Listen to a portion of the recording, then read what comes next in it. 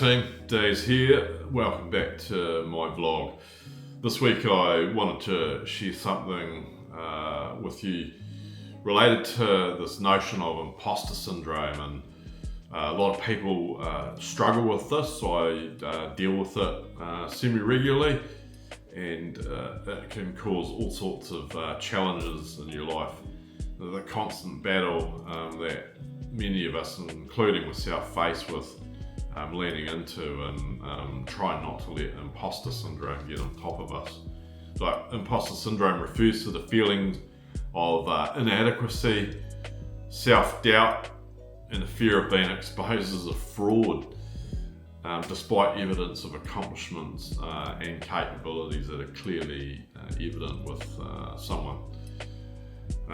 Look, I want to cover a few key points related to this and imposter syndrome and its impact on mental well-being. I want to share some of my own experiences with battling this bastard thing called imposter syndrome, and this internal struggle of constantly questioning one's or your own or mine abilities and worthiness. The link between the imposter syndrome and depression. Not scientific, just my own personal observations. Look, I'll give some strategies I use and I've learnt to help deal with imposter syndrome and kind of building back up that self-confidence, and then looking at overcoming the overwhelm and finding balance in life. I think that's really important.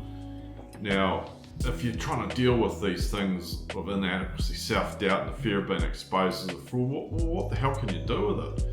Well, first I think you've got to look at what it's doing and paying attention to what's going on for you at that point in time. There's a lot of chatter in most people's heads, whether it's negative or positive, self-talk, and trying to get to a place where you recognise these patterns. And imposter syndrome typically comes from that negative self-talk space. So it's really important to be aware or develop awareness and take some time to think or process the thoughts that are going on in your mind when this self-doubt and imposter syndrome starting to take hold. But my personal experience with this is it's something that comes up constantly for me. I'll send an email to someone and I won't get a response, or I'm having a conversation with someone, they seem to be missing the point, and I go into this reflection, shit, what is it that I was doing, what did I miss? Constantly trying to challenge and think about my part in that conversation, and what that spirals into is, am I good enough at my job? Am I good enough at being a husband, being a father?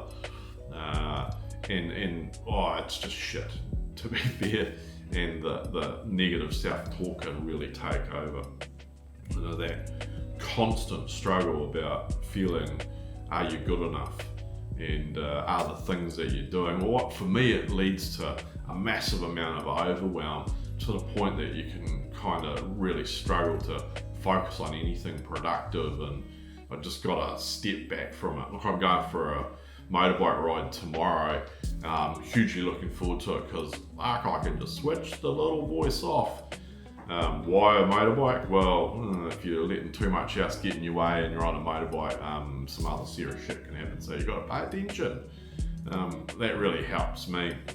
Look, it's important to recognise that many people experience this internal struggle, and it doesn't diminish your worth or your capabilities, because what it normally amounts to is just this shitty voice playing over and over in your head.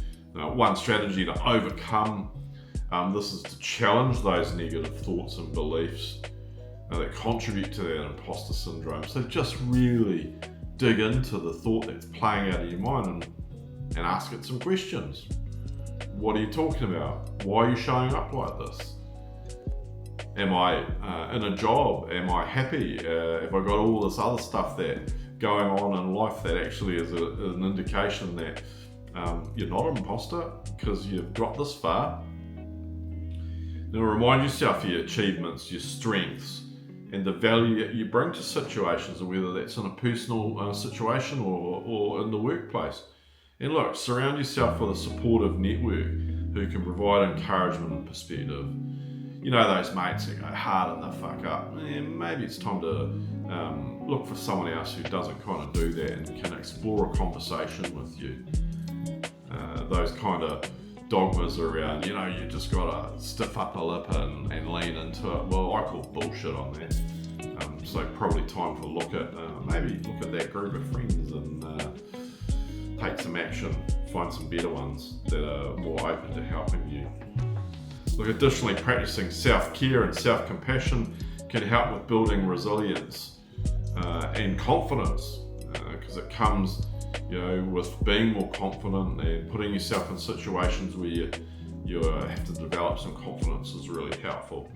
Take time for self-reflection. Do a little bit of analysis around those sentences you're hearing constantly in your mind and actually challenge what they're trying to say and put them in a positive light. Remind yourself that it's okay to make mistakes. We all fuck up occasionally, so try not to let that grind you into the ground is really important. Remember, you're all deserving, we are all deserving of success and recognition, and look, your worthiness is not defined or taken away by imposter syndrome. I think most people probably have varying degrees of it, and just looking at how you manage it is the way to kind of get on top of it. Look, imposter syndrome certainly linked to depression from my point of view. When I start getting in that cycle and replaying and I just get in a funk, and it's a shit situation. So you kind of got to look, be self-aware and pick up on those triggers, what's driving you into that spiral or that funky mood that's not helpful. That constant self-doubt and fear of failure and feeling like a fraud, it can really take a toll on your mental health. So if it's happening a lot of the time, you've probably got to go and get some professional help. Have a chat with a friend and kind of play it out first, or someone that you trust. But if you need more serious help, then seeking out professional guidance is highly recommended, and I can't understate that. Look, some strategies that I use to help deal with imposter syndrome and building self-confidence and resilience is recognising and acknowledging those strengths that you have. Take time to reflect on your accomplishments, even if they're few and far between. There's always something to be grateful for, and you've added some value to someone's life. Even having someone walk past and you share a smile with them, they smile back. Hey, that's got to be a reward in itself. Challenge those negative thoughts and beliefs, replace them with a little bit more positive affirmation. Well, not all this one for, just say positive things and everything will be right. But try and change it from a can't to a can kind of mentality is helpful. Surround yourself with a supportive network, I've said. Self-care and self-compassion, really important. Don't beat yourself up constantly. We're our own worst enemies in that regard. So it's really good to be nice and kind to yourself, like you treat others. Treat yourself the same. Probably importantly, when you're looking at things, setting realistic goals and expectations for yourself too. It's one thing that I get really bent out of shape. I'm looking at something new I'm learning or whatever, and I've got to read 10 books, and then I'm halfway through it and I'm like, I can't do it, and I get overwhelmed and kind of bang it off, and then I treat it as a loss.